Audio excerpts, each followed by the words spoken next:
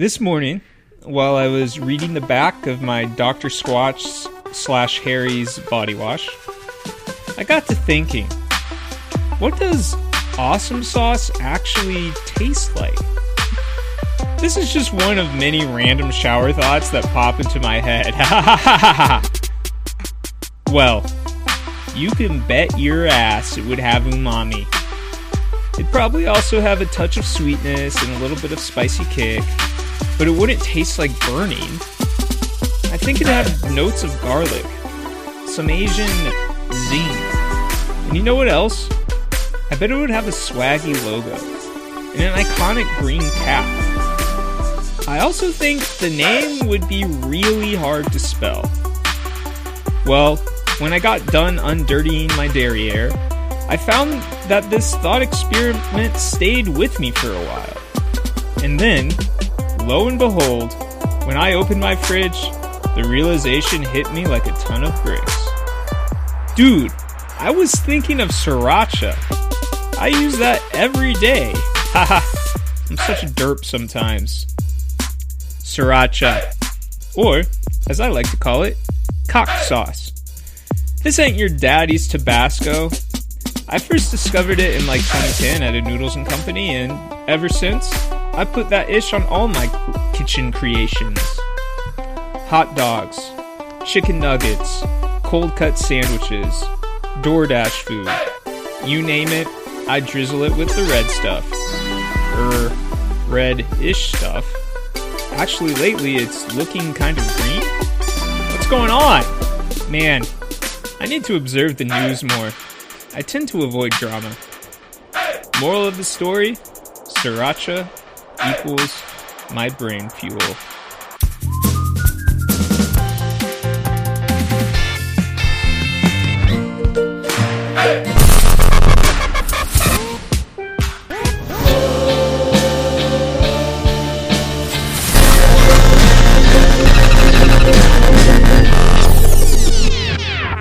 Welcome to Millennial Excellence. Time code?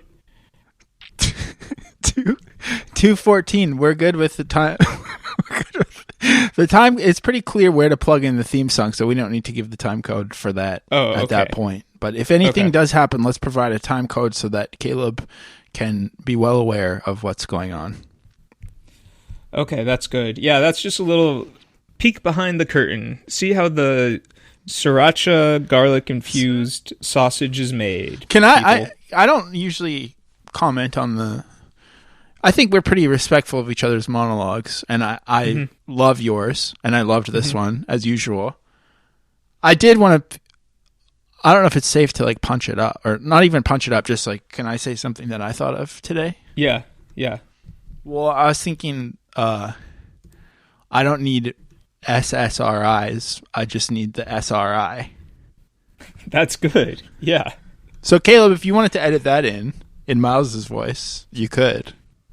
I feel like our I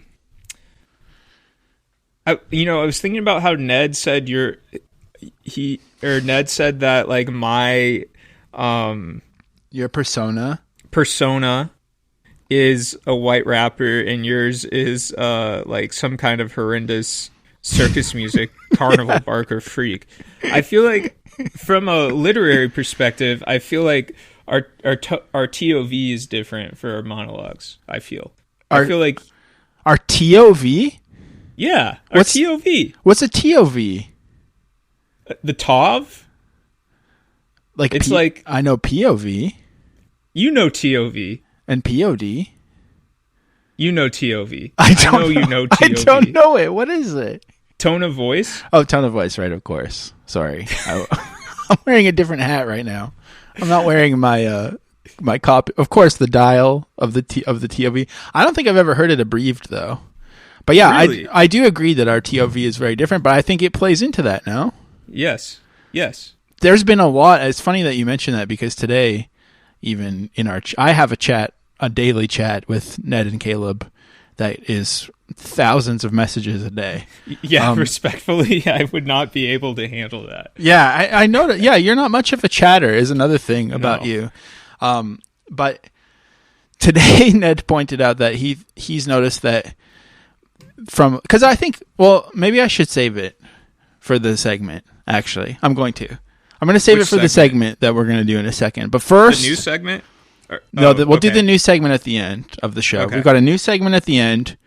Miles just referenced an episode that is on our Patreon, patreon.com/millennial excellence, which we've not been plugging, but there's a new episode this week as well, which we haven't recorded yet. So I don't know what to say about it.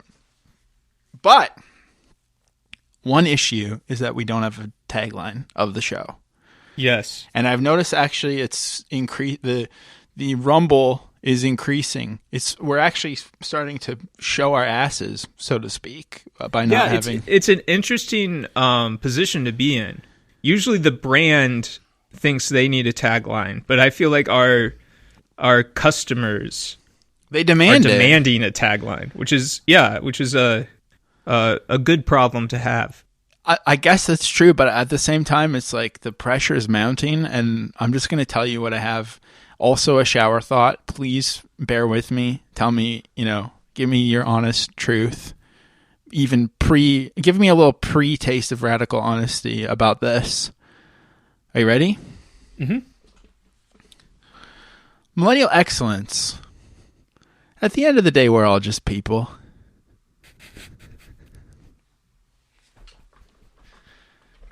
What do you think? I mean, it's so true. At the end of the day, we are just people. That's so true.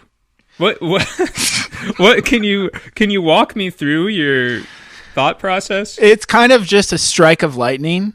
I didn't really think it through too much. I guess I was thinking when it really comes down to it, we're just people, all of us. Yeah. The listeners, you and I. Kind of playing with the ME thing, I guess, like identity. I was doing identity work with it. Mm-hmm. And I was just thinking at the end of the day, but I guess not to sort of sabotage myself as I am wont to do, but people might be listening in the morning. Mm-hmm.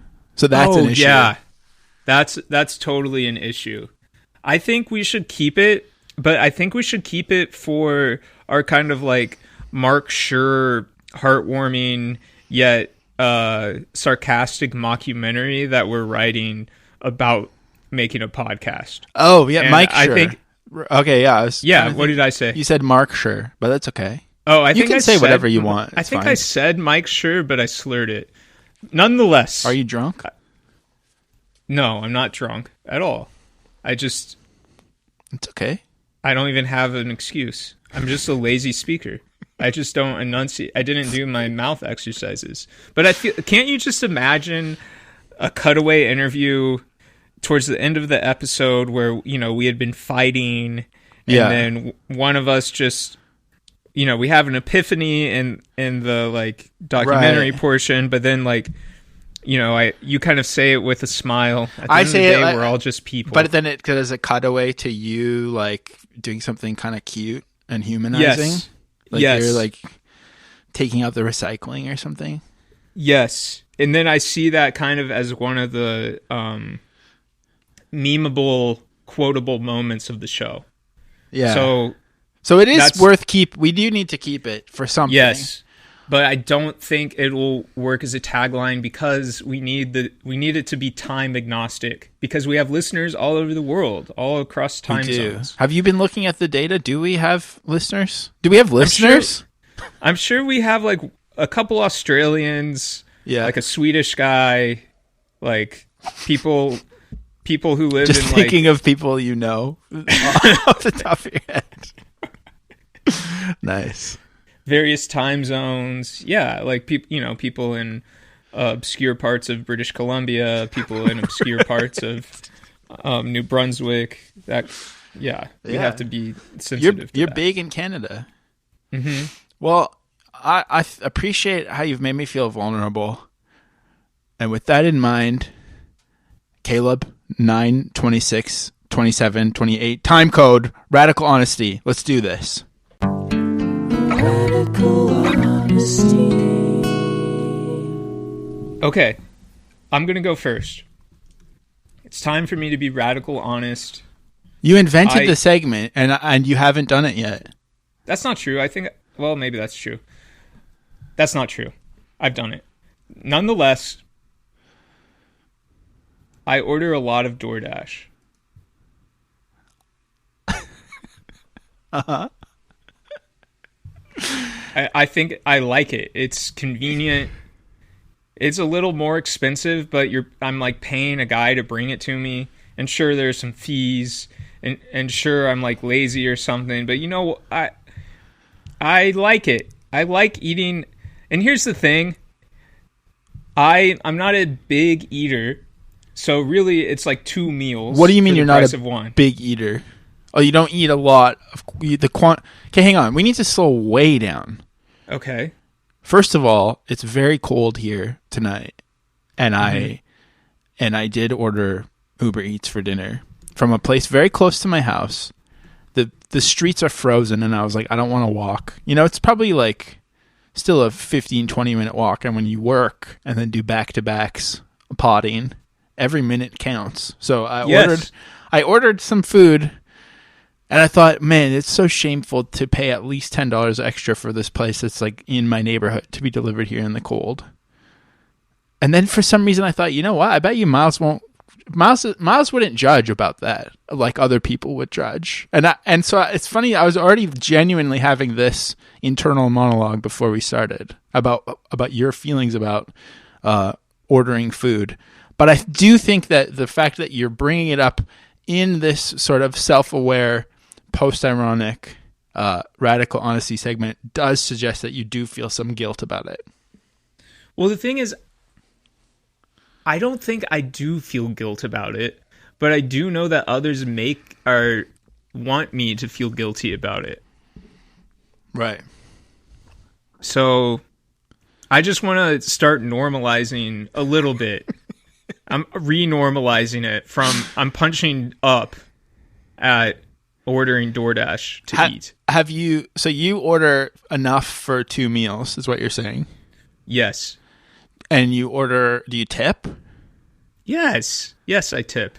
Do you tip like insane, like tattoo tipping, or just like normal tipping? Yeah, same. Just normal tipping. And then, have you ever DoorDashed or Uber Eats something frivolous, like a dessert? I did DoorDash some Zen the other day. I saw you talking about this. You came out of Twitter retirement, and that... First of all, for all the New Brunswickians listening, what is Zen? I don't really get what it is because it's not allowed in Canada. Our country tries to protect us from ourselves. Yeah, well, I posted that to Instagram also, and then I deleted it because I didn't want to endorse nicotine use on Instagram for some reason. Right. But it's a nicotine pouch. What does that mean? It's like a tea bag? Yeah, it's like a tea bag that steeps in your saliva. You just like suck on it? You put it in between your lower lip. I like to do it in my left lower lip and my gum line. And it just sits there and it permeates through your body. And that's interesting. So now we're going a level deeper. First of all, did you order it on DoorDash because it was funny that you could do that? Well, yeah. So it's true that my friend was in costume as a Benjamin Franklin impersonator for this event I was at. And he told me that you can DoorDash Zen because he was using the Zen as a part of his bit. What kind of Benjamin Franklin costume event is happening in early March? It was scheduled for January, but it got snowed out. It was like a talk show at a bar, like a kind of like, you know, the type, like a kind of hipster ramshackle talk show. Yeah. Okay. Gotcha. And it was in Indianapolis where there's a lot of contention over data centers and AI. And the Benjamin Franklin impersonator's day job in reality involves activism around fighting the data center's development. Okay. But for the show, he was kind of he was a modern Ben Franklin who was kind of passively pro AI. Like he was wearing like a quarter zip. Oh, he's kind of like a tech bro, Benjamin Franklin. Okay. Yeah, and he had AirPods in, and we thought it'd be funny if he had Zen, and then I said it would be funny if he had an AirPod in the Zen container and then put that in his mouth. But in order to do that, we had to put his AirPod in my Zen container, and I was nervous I would get his earwax on it, but I think it ended up being okay. Yeah, so that was a pretty convoluted and boring story, but that's what planted the seed in my head, because I think to that point, that would have been something I would have felt too much guilt about.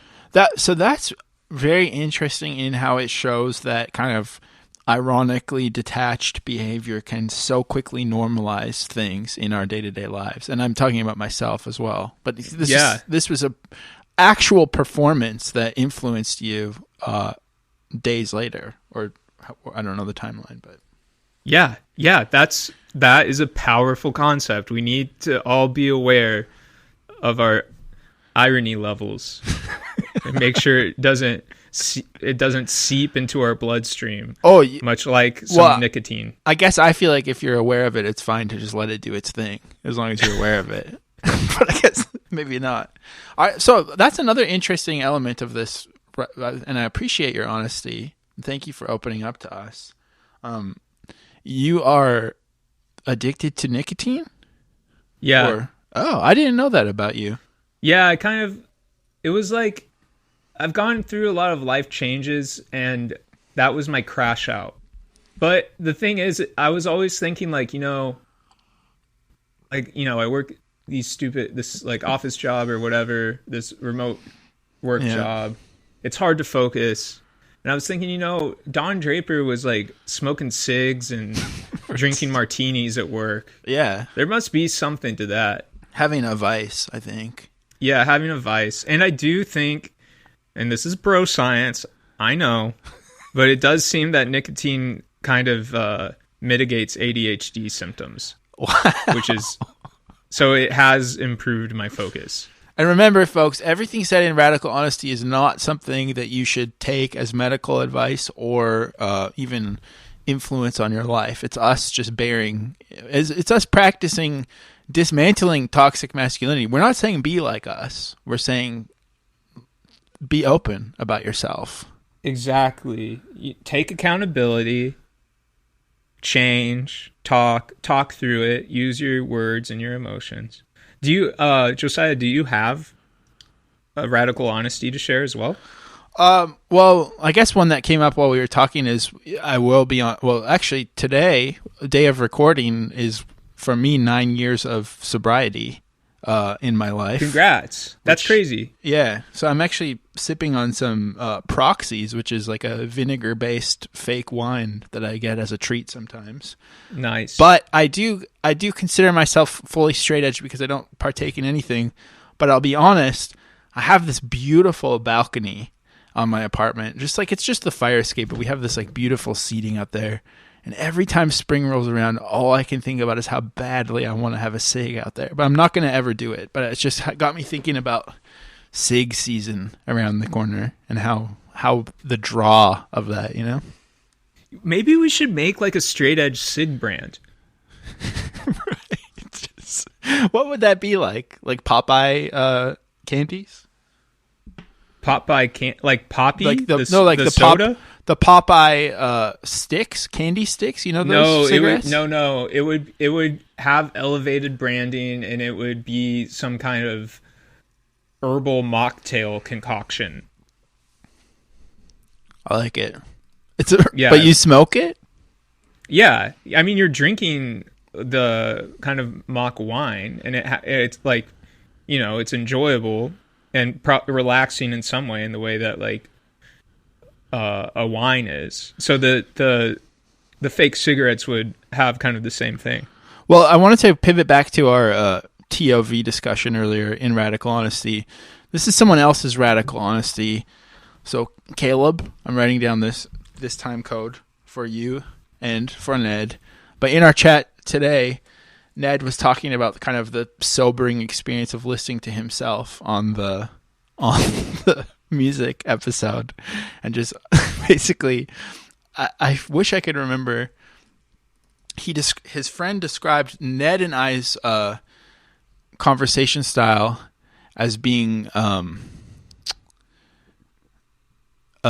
cooperative overlap, which I thought was an interesting way of speaking, which you do not have, but Ned and I had.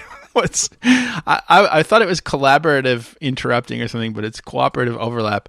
But so Ned was kind of talking about that, and then we were like talking about podcast personas and stuff, and the TOV thing that you mentioned reminded me that Ned said that listening to this show, I have sort of the class clown energy, but then everyone's really been honing in on our interview with Seamus last week and the soy face discussion, and I think adding to your rapper persona, that you're kind of like the nerd who can still hang out with the cool kids and get away with it. So you don't pivot into the class clown energy, which I think is kind of true, maybe.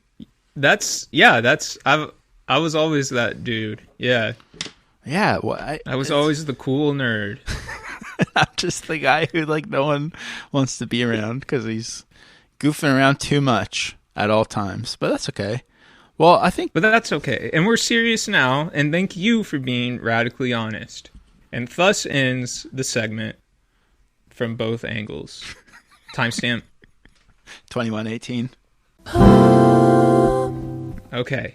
Well, now I just love like me being like, yeah, Caleb was kind of stressed because he has a job now and he can't edit the episodes. He can't listen before it comes out, so we need to do timestamps, and we're just both like for no reason pummeling him with timestamp. That's how it works. Sorry, shouldn't have said something. Well, I think, are you ready to get into the meat, or should we say the condiment of the episode? Absolutely. That is so clever. Did you plan that earlier? Just came to me. Well, Josiah, if you don't mind, would you perhaps do a read aloud of what I just sent you? Oh, it would be my greatest pleasure.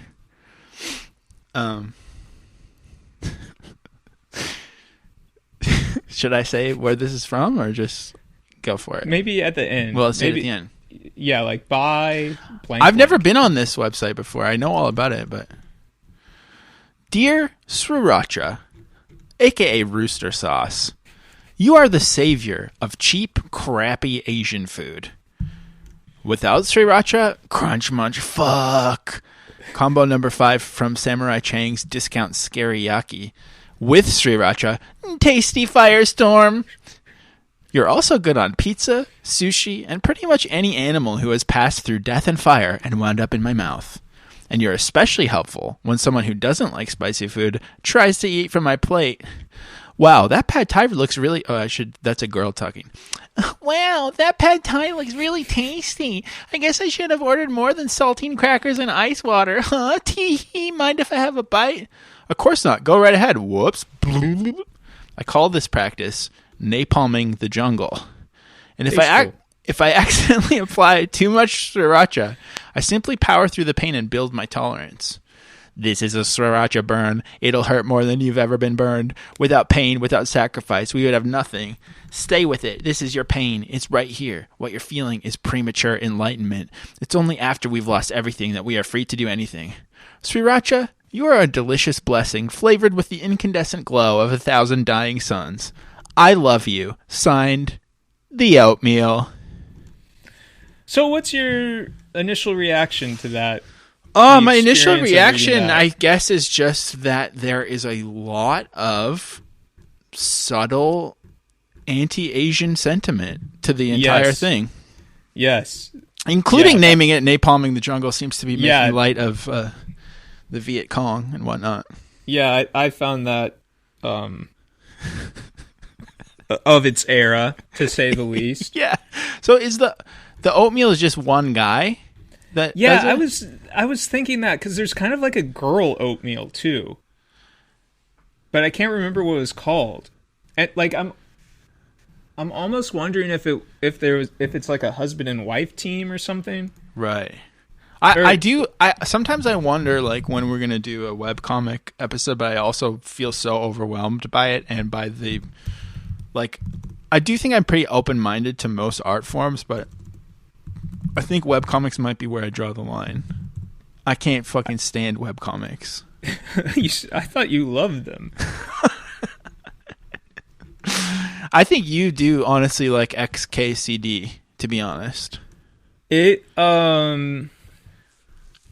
has a soft spot in my heart. Yes, it does. There's some that stick with me.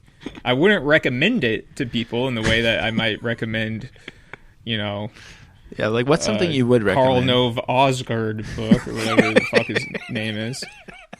But yeah. I do kind of rock with XKCD. Those kind of are the two paths, I think. Yeah, no, this also does make me... This comic just makes me think about why I never bought Sriracha and never liked it. I think people were too annoying about it, always. Yes. Yeah.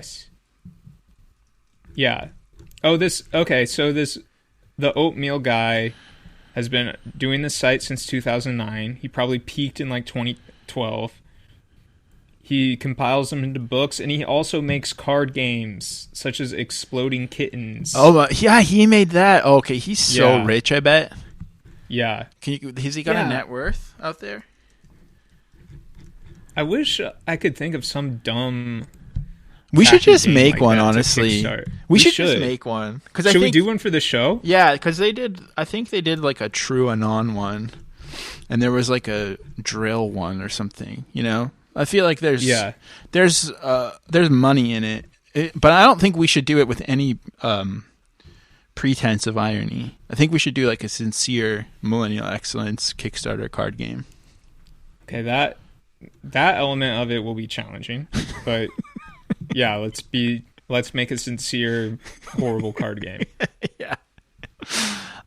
It looks like he also got like a Netflix show.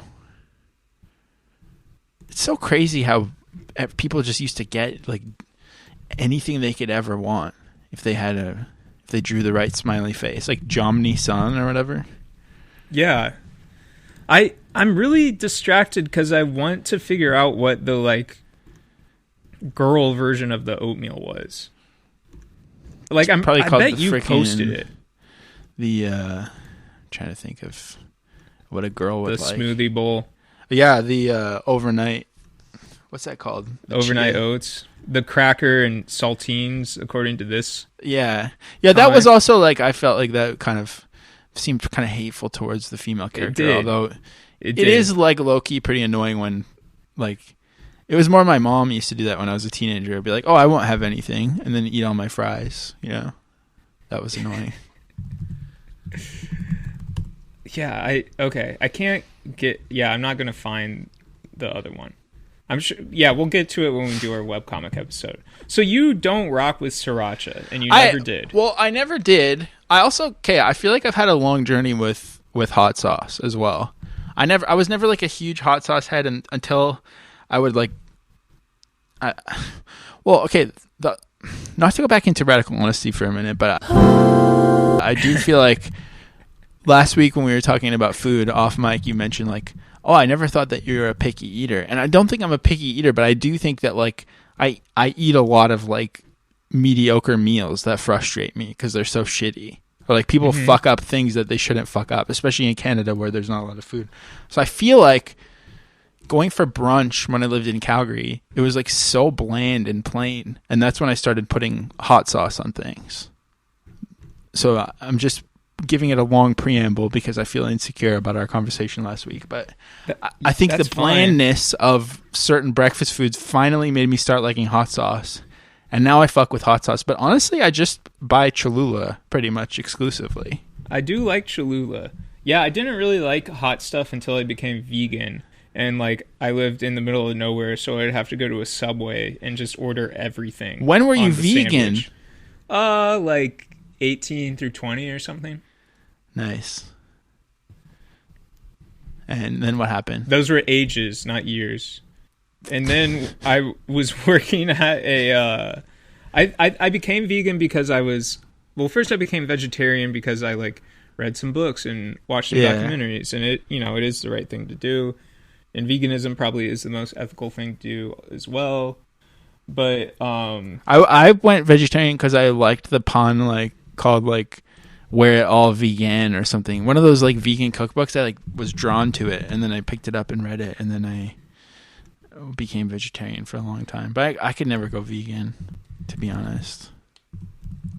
I was sensitive, and I was so upset with the world, and then eventually. And now you like DoorDash. Yes, exactly. I mellowed out, and I was working at Which, which is a sandwich chain in the States. And one day I just felt like putting crab salad on my sandwich, and I ate it, and I didn't feel guilt about it, and there was no looking back. That's so good.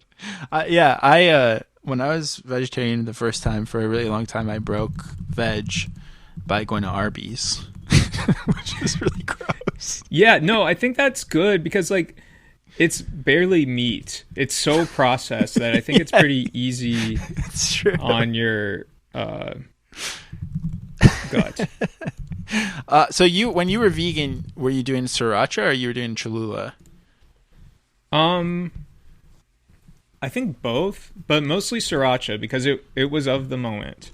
It was the moment. It really was, and I feel like now I forgot to ask, but I do feel like maybe Sriracha is a little bit Gen X. I don't think so. You think it's? I mean, maybe a little bit, but I think it's very millennial. I think like buying a Sriracha T-shirt at Target is very millennial. Yeah, I do love I don't know why I was annoyed by that because it is something I usually like is when like a sort of everyday item is elevated to that degree. Mm-hmm. That's funny that still is secretly funny to me when something I'm trying to think of an example. Like I have a notepad that I use for work that is the Microsoft Paint interface and I write inside there and that's my notes and like I know that that's really lame, but to me it's like it brings me a little bit of joy. I think that's great. I think that's cute. I love the Microsoft Paint. I loved messing around on Microsoft Paint. If you had to invent a new sauce, how would you approach that challenge? Well, I feel like that's kind of the issue is that, this is something I say every week, but there's something that people get obsessed with and love, and it's kind of funny and kind of like a little bit ironic or a little bit detached. And then they just like get too efficient and obsessed and they do they figure out every angle. And so I think at least with hot sauce, it has been ruined by Hot Ones because it's now something that has like tiers and ranking and all that. There's no like heart to it. It's all just like data, crunching numbers and rating it on a scale. So I guess maybe I would try to go for like a feeling, start with a feeling, start with like a perfume kind of like, how there's like fragrance girlies now. I happen to be married to one who knows all about the new fragrances and the, I can't think like of the base notes and stuff. I love those graphs they have. Or like the, there's a word that I can't think of. That's like, I can't remember, but there's a whole like pretentious world. But I do think some perfumes, they'll describe like we went to the perfumery owned by the singer of Sigur Rós when we were in Iceland, and before you would smell a perfume, this guy that like literally looked like Stefan, the Bill Hader character, would tell you a whole story and be like, "This fragrance is inspired by Jonsi hiding from the rain underneath his shed in 1978. And then you smell it, like some bullshit like that. I think that's how I would approach a sauce, is like try to evoke like something really pretentious and stupid. But it probably just tastes like spicy ranch. What about you? Have you ever thought about making your own sauce? I haven't given it much thought, but yeah, I would also like, I would want like a kind of an Uber sauce that can do anything. Like like where can we go with sauce? Because they all kind of come from the same base. Like you're really only combining existing sauces. Okay, this is something that I struggle with. This is another thing that I like. This is also why I had like food delivery app guilt on the mind. And so I'm stressed at how vulnerable you're making me with the Sriracha episode. But I remember one of the reasons I started buying sauce is because I would order something on Uber Eats. I would order, say, like a rice bowl with a delicious gochujang, or however you say it, sauce. Yes. And then they would forget the sauce, and I would have a plain rice bowl that I had spent like $70 on. And I would be so furiously angry because sometimes not having the sauce, you don't really have the meal anymore. And so that was when I started becoming a little bit more sauce literate and walking down the sauce aisle and thinking about what kind of sauces I should have. And I'm on that journey. I'm not there yet. You know, I think there's more sauces, but I do think like you need to be prepared for when they forget to put the little cup of sauce in the bag. I think it's good to have some gochujang in the cabinet. I think that gochujang is a modern pantry staple for sure. It's just like when I realized aioli is just mayonnaise with different stuff in it. That changed everything. Then I realized that like Big Mac sauce is just ketchup and mayo and relish, and like Thousand Island dressing is like mayo and some red. Like all of the sauces and dressings are just different combinations of mayo existing or sauce. Oil. Yes, mayo and tomato and vinegar in different ways. Sometimes it's nice to mix. Like I'll if I make like a burrito bowl, which is another thing I wanted to ask you about, is like, how do you know what the fuck to make for dinner if you're making dinner? How do you figure that out? I don't know. But if I'm making like a burrito bowl of some kind, like some meat and some rice, maybe some veggies on top, I'll take a little bit of sour cream and then I'll mix Cholula into that. And then it seems like a whole new thing. Yes. I was at a house party and there was a dip that was a huge hit. It was the biggest hit of the house party, and it was just salsa mixed with sour cream. Yeah, it's like sometimes sauce alchemy is something, for sure. Yeah. But I think Sriracha mayo is good. Oh, one time I went to a Subway. I was not a vegan at this point. And I ordered a sandwich, and then I was like, blah, blah, blah, this, and that. And also, could I get some Sriracha? And the guy like looked at me and he raised his eyebrows and he was like, suit yourself. And then he put it on the sandwich. Well, I guess that's what I was wondering about with the oatmeal too, is like, is Sriracha really that spicy? Was it that spicy? It's not. It's not. I think you alluded to it earlier, but the recipe has changed, right? And also, is there one Sriracha company, or is it a style of sauce that other people have made? Because that's another thing I feel like I've learned, is that, you don't have real Sriracha anymore. Yeah, I think it's a style of sauce. I do think that the Rooster brand, which I should, for Hue Fong is the kind of default most popular brand. Yeah. But yeah, there's a bunch of Sriracha drama that I'm not really clued into. It's so tiresome, honestly. It really is tiresome. I'm not. But this I is don't actually care about it. Before we get into what you have prepared, this is the other thing I wanted to say is like, so I didn't really buy Sriracha. I didn't get into it. I was finding breakfast foods too bland, so I started embracing Cholula. I also separately, because it's really fun to dip down to Burlington and go to Trader Joe's, I started getting into the Trader Joe's green jalapeno sauce, which I think I can barely handle, but I still always eat it, and I feel really sick after because it's like so intense. But then, because like I just said, and you dodged the question, it's hard to figure out what to eat for dinner sometimes, especially on a random night of the week.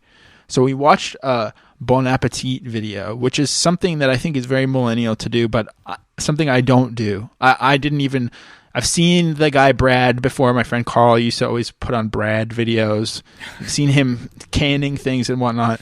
I kind of missed all the drama with like one of them being racist or something. I don't know. I don't care about that when it comes to, I'm just trying to figure out what to eat.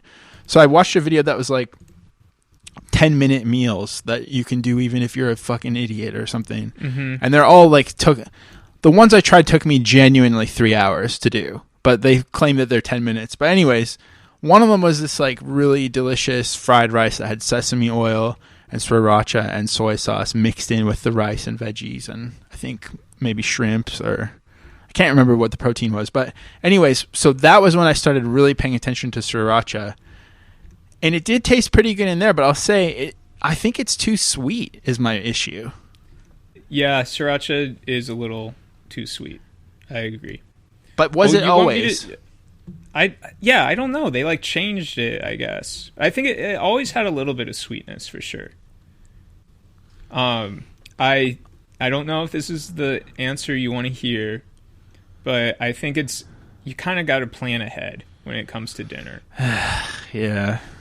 But I do think combinations of rice and meat and vegetable is a good standby. Yeah. I mean, I do live on top of a grocery store, so I don't really need to plan ahead. But it's just we don't think about it until it's like 7 p.m. usually. Yeah. So. Well, before we start watching videos, I want you to look at this and tell me what you think about it. And it's posted. Okay. Sriracha ware. And you thought the sauce was hot. Srirachas are available in boot cut and straight leg. Come in small, medium, large, and XL. Let the fun begin. And they are just tight, just plain tights, I guess. I think they're yoga pants that have a oh, they have a camel toe hole in the crotch. Oh, they have a hole. Okay, because I did notice all the ads like point directly at the labia on these tights. Yeah, completely directly into there. They weren't featured on the Chive. They've just retweeted the Chive talking about something else. Meet Srirachas, yoga pants that'll make your tightest pair of Lululemons look about as alluring as a pair of Crocs. And that's from 2019, before Crocs were kind of one of the hottest items on the market. Interesting. Yeah, so Naughty Yoga Pants have clicked through to the site. I don't know if they have a hole. Oh, it's a discrete opening, so you can just It's not because that's what they want you to think. I don't know if they have a hole. Yeah, because here's 100. Have you clicked through the website? I'm sure you probably have. No, but the Twitter memes that they were posting in 2017 are crazy. Okay, I'll get to that, but I just found on their website it says 100% husband and boyfriend approved. Get them on and get it on. Srirachas are a hit. So is this for people who have a fetish of someone keeping their thick yoga pants on while they commit the act of coitus, I suppose? I don't know if it's a fetish. I don't think it's necessarily a fetish. I think it's just like kind of for lazy people who are just addicted to having sex. Sweet. Okay. Yeah, wow. Friday fun facts about sex. Start the weekend off right. Glamour magazine reported that 75% of readers fantasize about their man dressing up as a fireman. Could it have anything to do with carrying around those big hoses? And it's a fireman with a phallic fire hose. I miss when brands would like make these kind of memes. I know. Where it's like, I like let's see, Friday fun facts about sex. Start the weekend off right. When flaccid, the average man's penis measures about 3.5 inches. Erect, the average man's penis measures about 5 or 6 inches. Right now, the average man is looking for a ruler. Really good. This is definitely something that AI has taken away from us, is like the poorly photoshopped engagement bait. I know. I truly miss it. But I don't 50 think... Shades lingerie or Sriracha's sexy yoga pants. Sriracha's able fun in more places. Perfect to wear to 50 Shades Darker. Just saying. It's weird that they also have a boot cut Sriracha yoga pant. They still seem to be going strong though. Like they've had an update to their about page in 2025. So I'm seeing if there's a list of stockists. To me, this seems like something that you would find in like Chattanooga, Tennessee, if you went into a weird shopping mall. Like, this is definitely the kind of shit that you Americans all have. No, definitely. Like, not even that. It would be available for sale at a gas station. Yeah.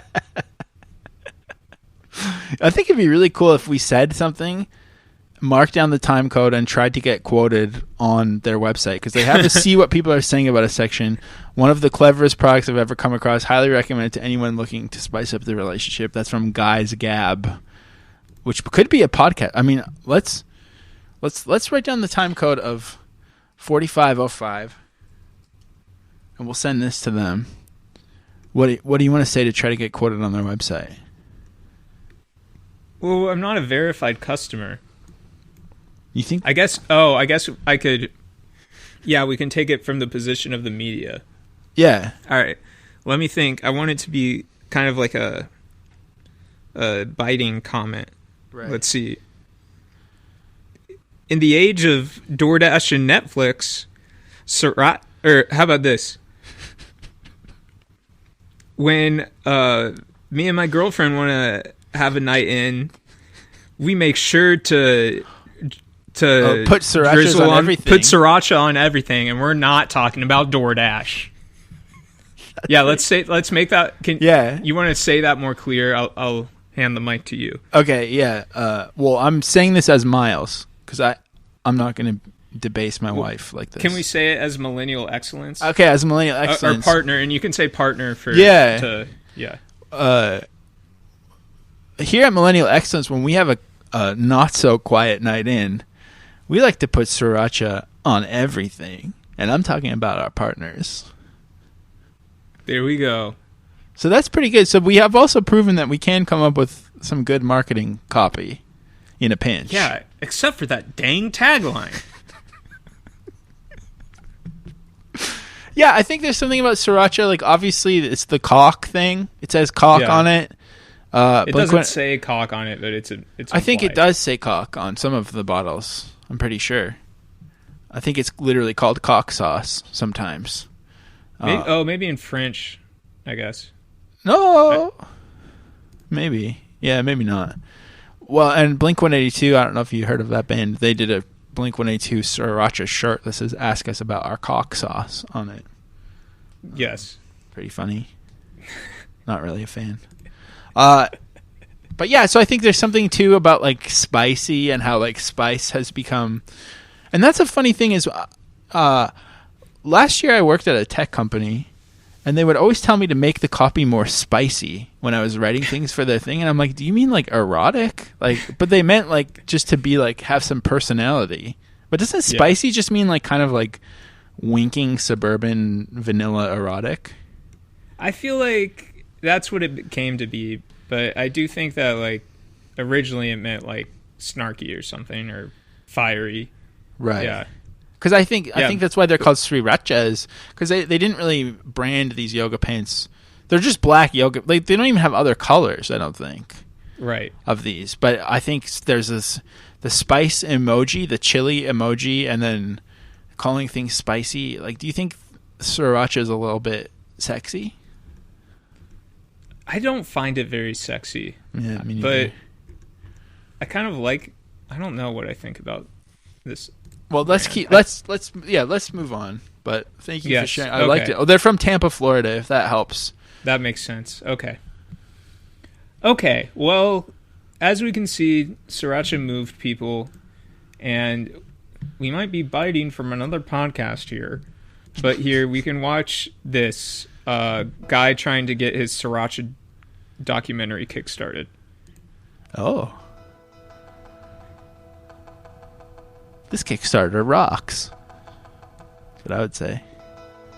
Let's read the press quote. There's going to be a Sriracha movie, the Huffington Post. The most monumental, important, and exciting piece of food the Sriracha documentary is a thing that is happening. Yes, it is true. I am filming a documentary about Sriracha, and I want you to be the this is first the to most see it. directing a documentary about for YouTube as a video looking producer, I've ever where I seen. run Indie Mogul, a channel that teaches low-budget Griffin filmmaking. Hammond. And I also love How is this his guy hot sauce. real? I put it on everything, and I'm excited to show you where it comes from. He genuinely seems the like people he's from the behind Onion it, News and the Network, people trying to who make love fun it. of a loser that Here, likes. let's take a look at a preview. Sorry, Griffin, if you're listening. Sriracha, S-R-I-R. A-C-H-A?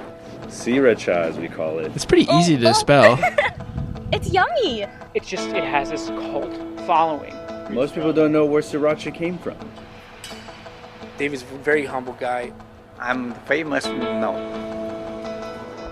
The largest red jalapeno grower in the country, 48,000 So this tons. documentary looks pretty damn peppers. boring. Make the bottle 3,000 per hour. This is from 12 years ago. I was having this thing where I can't actually sometimes tell what year it is. Like, it was specifically the guy with the fedora. I don't know where he is, but like, he was airless, kind of. You know what I mean? I think he looked very early 2010s to me. Yeah, I mean, this screams early 2010s to me. I wonder if it came out. Tell me. It did. It's actually on the Wikipedia page for Sriracha. Perfect. Yeah, sometimes when I learn about these kind of things, I'm like, maybe it's good that independent film, and even large-scale film is dying, you know? Is the film worth $5 and half an hour of your time? I guess it depends on how much you love Sriracha. It's only half an hour long, too. A less than rhapsodic view of the sauce. Such quibbles are unlikely to deter die-hard Sriracha lovers from watching Hammond's film. After all, if you're the type to snatch up Sriracha-flavored lip balm or have ever felt tempted to tattoo that rooster label on your leg, then why not shell out the $5 it costs to stream this movie ode to your savory beloved on your screen? Yeah, why do you need to kickstart a 30-minute documentary? Yeah. I don't know. Well, how much did he make? What's the... Well, the budget was $23K. I'm trying to think of other... We got time for one more segment. That's where you come in. Just kidding. It's their thing. Those other guys. Yes. We can watch X amount of videos, and that'll be the X pack. That's what we should call this section. Yeah. So, do you think the documentary is about how the Sriracha changed? No, because the Sriracha changed recently. I think the documentary is about just the nerds fandom. who like Sriracha. Yeah. It's funny because I think every documentary 10 or 12 years ago was about how nerds like a certain thing and how there's this fandom, and now every documentary is about how America's Next Top Model was evil or something. I thought you were going to go with now every documentary is about how fandom communities are evil, like the manosphere thing. Well, that's true too. Yeah, I mean about. they are just kind of more negative toned. Maybe it is actually genuinely a Gamergate thing that switched it. They're like, oh, we learned that all the Sriracha community people are gang stalking someone who changed the recipe or something. I don't know. I don't know if they're toxic or not. Sorry, Griffin. You fucking nerd. The Sriracha factory apparently made the air of California toxic with its spicy pepper. So next, we're going to watch another Sriracha film, this kind of Napoleon Dynamite fried student project. I don't know when, but it did. I lived for sweet, spicy, savory. I longed for taste. Then one day, it vanished. Food lost flavor, sinking my teeth into a piece of pizza. Ah, I might as well be chewing air. You're breaking my heart, kid. Oh, the bottle's talking to him. You, but look at me. I'm delicious. I am flavor. Go ahead, squeeze me. All right. I feel like it would actually be hard to make something with this kind of pacing nowadays. I think so too. It reminds me of Pete and Pete. Oh. But I hope it was a school project. He doesn't really say on here if it was or not. It's giving school project to me. Yeah, like, sell the product. Sell me this bottle of Sriracha. Exactly. So much to go through. Here's this is painful, but we can watch it. Oh my god. Okay, so just before we get into this, so this is called Zombie Reviews Sriracha. I'm worried that it's going to be a guy pretending to be a zombie based on the still. But I think, Sriracha does go hand in hand with zombies. I think those are the same kind of elder millennials. And I guess it's with bacon as well, right? Yes, Probably. Absolutely. Yeah. So, remember zombie walks also? When people would do a zombie walk? I blocked that out of my memory. I definitely remember Pride and Prejudice and zombies. Maybe we have to do a zombie month. Zombie way. Oh, Lord.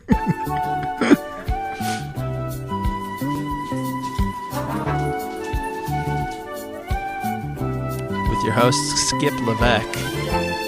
Luckily, this is only a minute long, so it can't be that bad, but it's already quite painful. It's already pretty bad, just with the sort of 70s sitcom.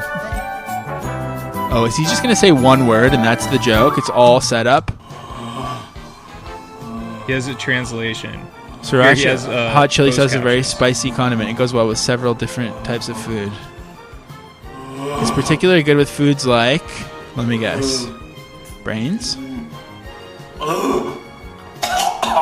Holy Moses, ow. There's no God, arg, but... He thinks it's too hot. By the beard of Zeus. He didn't even manage to make the obvious zombie joke of saying what food it would go good with. I know. Why even make it a zombie if you're not going to put it, like, isn't the whole point that he would be putting it on... Do zombies eat brains? They do, right? They do, yeah. I thought he was going to bite his own finger off or something. Yeah, there needs to be some element of cannibalism involved. That was so many bad 2010-isms rolled into one. Holy beard of Zeus, like beard of Zeus is crazy. So this is one of, as we've been doing this show, one of my favorite YouTube micro genres is like weird old guy filming the TV. So this is that. This is the ingredient of the year. Usually it's not a processed food, but this is Sriracha, which is you'll find this in every professional kitchen. Talking about Sriracha on CBS News. It's basically a hot sauce, chili pepper, also called, you can see the rooster on here, called rooster sauce. Right. And it's the ingredient of 2010, people. Bon appetit's prediction. Vietnamese immigrants started this company. Now you'll see it. I mean, I predict this is Oh, going this to be guy's next so to the ketchup good. and the Dan mustard. Robinson. It says made and for use on soup, sauces, pasta, pizza, hot dogs, hamburgers, chow mein. Dude, Except the guy that uploaded this has such a good website. And it doesn't work? No, it doesn't. He has a dedicated website. DanRobinson.net. Check it out. It's like really cool. It's very acidic and Oh, it's this is spicy. awesome. It's so cool. This makes me so happy. I can't even explain it. Honestly, it's like it's such an uncanny design. I just really quickly want to check this other video from Dan Robinson's channel because I think he's using his channel mostly for work. Hello, everyone. This is Maynard Warren. Thank you for attending this follow-up session. The purpose of this audio is to walk you through the activities that we're expecting. Half of his videos are like his nephews and nieces playing baseball. In your participant guide, if you notice, and then there's these like work breaking barriers to productivity follow-up guide. These work PowerPoints that are apparently by different people. One goal is to So do you think that the guy talking about hot sauce was like related to him? I think he just loves business and trends. Is what I think. I think he was just keeping up with. Right, he's keeping up with. Well, he links to Grimes' group sale. Oh, it's parked for GoDaddy. Never mind. Maybe he's in food sales. The like banner ad for his company Grimes Group Sales is so cool. How it says consistent prospecting, effective methodology, increased sales. I'm just going to tweet this on my account right now so people can see, because I don't run the Millennial Excellence account anymore. So just take a look at mine when you remember. Wow, amazing. Someone filming the TV is always going to take you on a nice journey, I think. I think so too. Have you been watching that Neighbors show on HBO? I have, yeah. There's a lot, there's some YouTubers on that show. It's an interesting show. Quota. Yeah, for sure. A bad goal, because what I'd like for you to entertain the possibility of is raising your sights. What would happen if you had 120% of playing? Unless you want to, I don't mind. All right, here's some guys. What do you think of these guys' outfits? I come up with a master I plan. think it's really hard to interpret this hat ever as not being a joke, including when people wear it sincerely. I think I'm usually cruel to them in my mind. But here, they look like they might be trying to dress up funny, but I don't know why I think that. But also, do you think this hat is so universally hated? And this is kind of the cab driver. I'm sorry to use a generalization in your presence, Miles, but I think this is called like a bald guy hat, right? Like, I'm wondering, do you think that this hat, am I describing the hat correctly? What do you call this hat? It's a newsboy cap. A newsboy cap. Yeah. Do you think that this hat is so universally uncool that it will eventually come back in a self-aware way?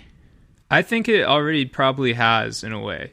I think like Zoomers would wear this. If you're a young person, you could wear this hat. Well, I think they would wear it backwards, a Kangol version. Yeah. Maybe. I think maybe both. You think so? I'm not sure. It's hard to tell, but it's definitely a powerful hat to choose from. Tonight, drink the beer. We drink the beer. We drink the beer. Drink the beer. Okay then. So he's saying we're going to drink a beer, but then the... Wait, what are you doing? Other guy's going to drink the beer. He thinks the beer is Sriracha? I think so. Okay. Yeah, I do think this is like a comedy skit. Right? Okay. Is there like a sort of linguistic thing that we don't understand that would mean he would think it's... We drink the beer and the chili. And the chili? So we drink like this? No? Or no, maybe they're just actually doing it. Put it in this one.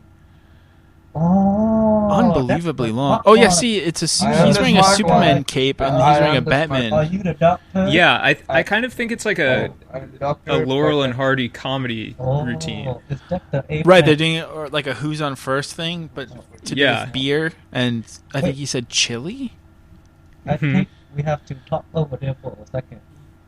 Well, they did say this was a very, very bad idea. It tastes like complete crap, spicy beer.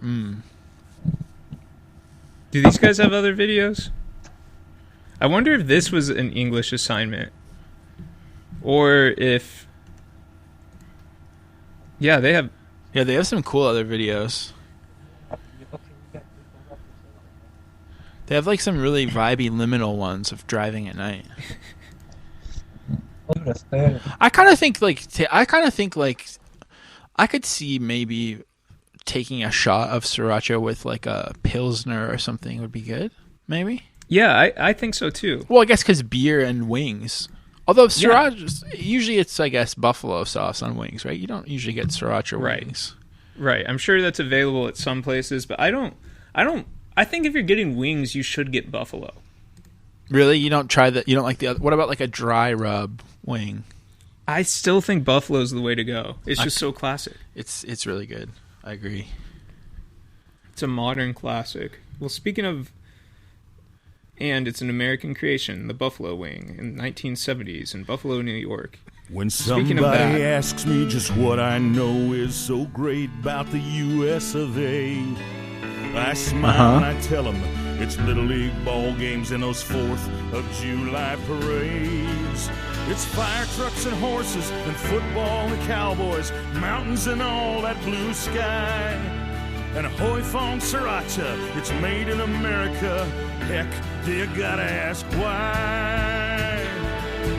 Oh yeah, Hoy Fong Sriracha.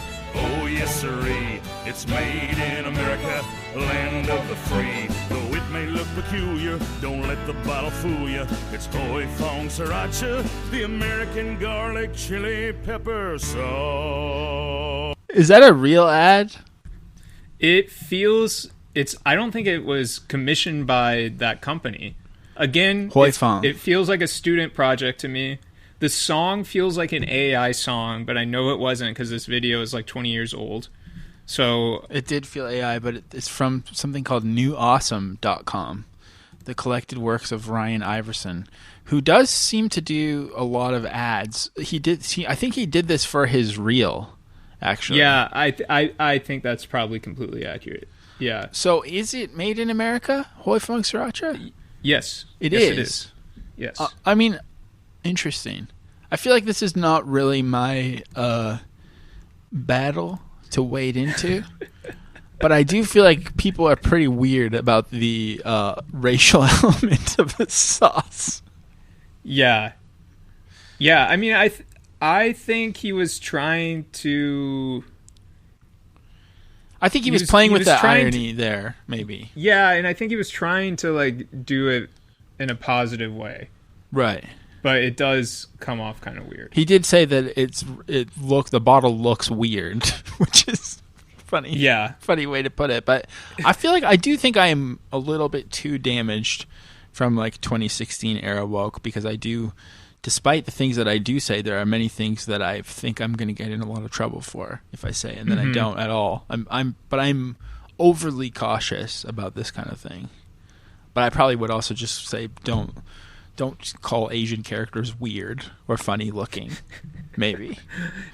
I'm going to be generous. I think he probably meant the shape of the sauce. Oh, like the bottle. Factor. Yeah. Okay. All right.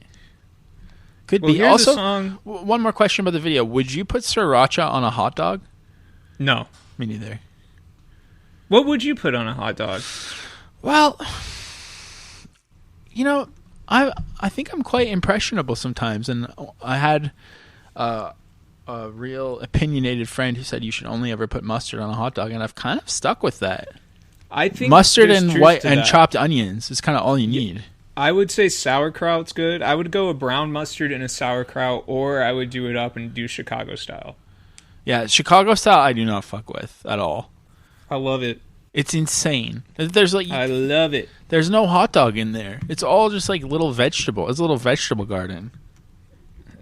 I love it. Well, this is what Sriracha has done to us, is turned it into a food ranking show. I love food and I love ranking. So here's a song that I actually think is kind of good. And we don't have to watch all 5 minutes of it. Chef's Lotta, Hot Like Sriracha. Oh, I guess there's a skit at the beginning. I skipped through that. I kind of think This is, I believe, the rapper is a chef, and he made this song to promote his own restaurant. What's up, bro? I know you got something hot for me. I kind of think all struggle rap is good. Yeah. I always like it. Yeah, I'm reading about him in The Oklahoman. But it's asking me to turn off my ad blocker. So he's not. Will not do. I'm not doing that. Absolutely not. Chef Slaughter, man. His restaurant's called Off the Hook, though. Yeah, I guess it's like, seafood and more. But I would hope a restaurant like that would have something better than sriracha. A house sauce.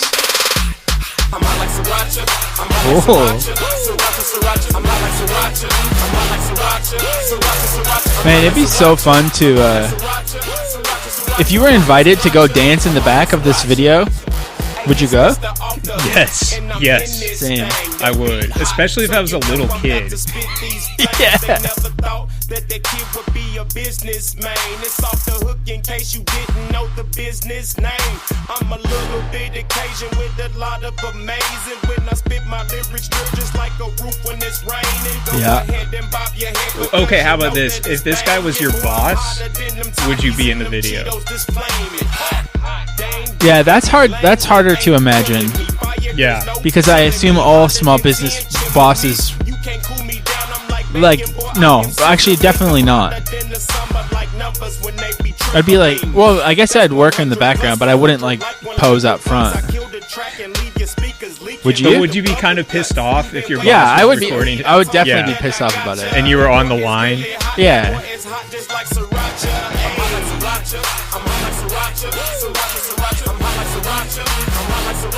Yeah, this is good.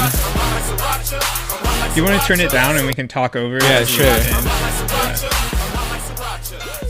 Well, Josiah, any takeaways from our discussion tonight?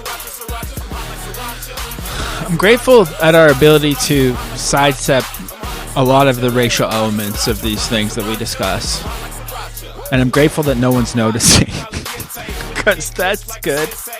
Yeah, I think Sriracha is like something that I think has been well documented, quite literally, thanks to Griffin and the gang. So I don't have much to say.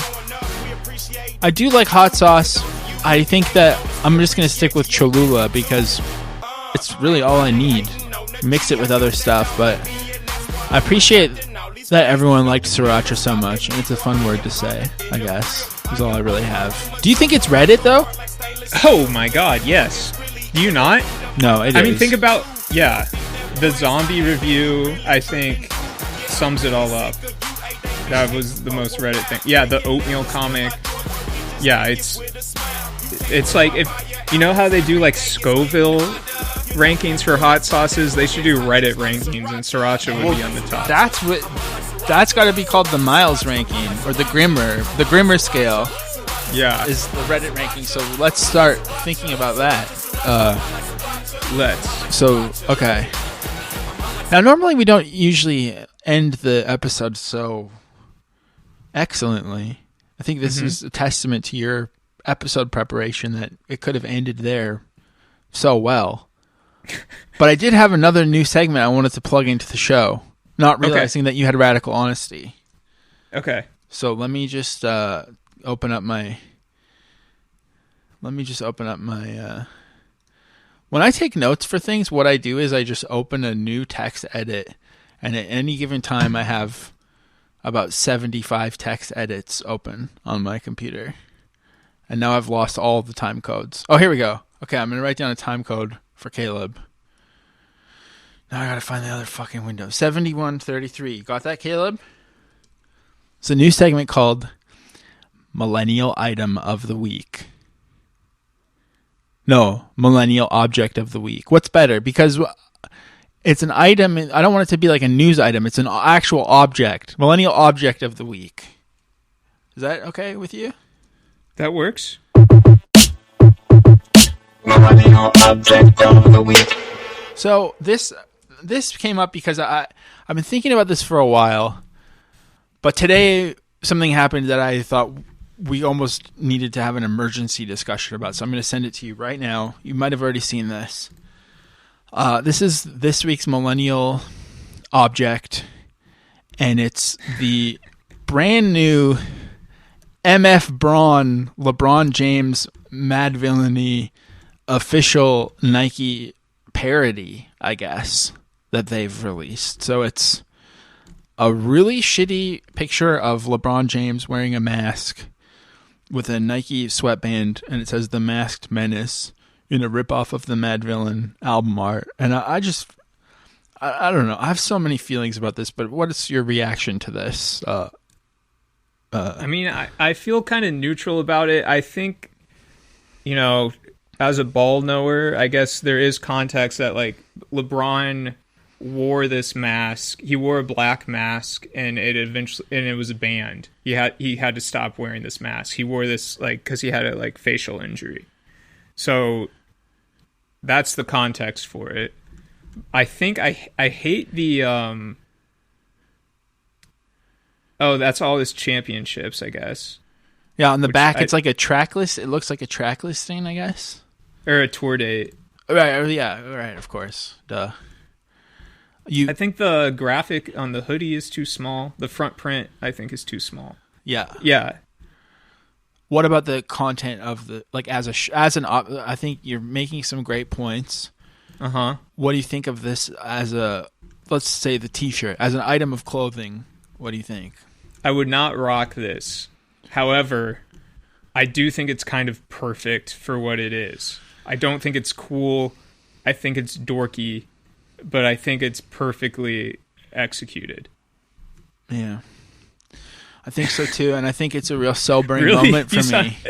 I think you sounded so disappointed with my... No, I'm not disappointed with you. I'm disappointed with just kind of this self-awareness that I feel as someone, as a 40-year-old man who did think rap was crap until King Ghidorah came out, and I was listening to that, and then I unlocked something in me. But I realized that this is who Mad Villain and MF Doom is for the people who would wear this, who would wear this is what I'm also trying to figure out. Like, who would buy this? A 40-year-old man. Like, should I buy this? Yes. You should rep your 40-year-old. LeBron is like your generational cohort. Like, you should absolutely rep this. Do you think? However, is this parody I think it's a law? little disrespectful to the dead. Yeah, exactly. But also, that's what I'm trying to figure out. Like, did they get permission from Stone's Throw? And I know that MF Doom's like estate was also arguing with Stone's Throw because of some ownership. Like, there's just so much. I'm really torn about this. Also, because I love horrifying mashups. I just if I may real quickly to say I'm not better than this because these are finally half price and my wife hates them. So I ordered them last night and they're the E.T. Puma. Oh, they're gone from this website, but they're E.T. Puma basketball shorts and they're so ugly. I'm not above like buying something really ugly and stupid. But the LeBron MF Doom shirt is really just fills me with a sadness that I can't quite put my finger on. But I think that's why it makes it such a potent item for the first ever millennial object of the week. Shorts are crazy. I know. Can't wait to wear them. Yeah, no, there's something haunting and sad about the LeBron MF Doom. It is, yeah. Like it's yeah. So I didn't know that he wore that mask, but is that still enough to do a Mad Villainy rip? And again, is it parody law that they're playing with? I don't know. Like, really, this should have been kept as a draft in like a bad Instagram T-shirt company. It's like That's what it. It's literally like clothing for like creative directors to wear. Yes, but I think that it's for like creative directors from 10 years ago. Like they're just wearing Aime Leon Doré now. So I don't think. Yes, I don't know who's rocking with this, but maybe just for fun, I'll keep an eye on the price of it in the discount bin. But I don't know if I could even wear this with my horrible ET shorts. I'm not sure. But that was the first ever Millennial Object of the Week. So if you like this segment, maybe we'll do it again. Feel free to submit. And that's how I like to end the show, with that kind of pregnant silence. Hey, I'm Alex, and welcome to Alex's Corner. This is my corner. Welcome to it. I'm Alex.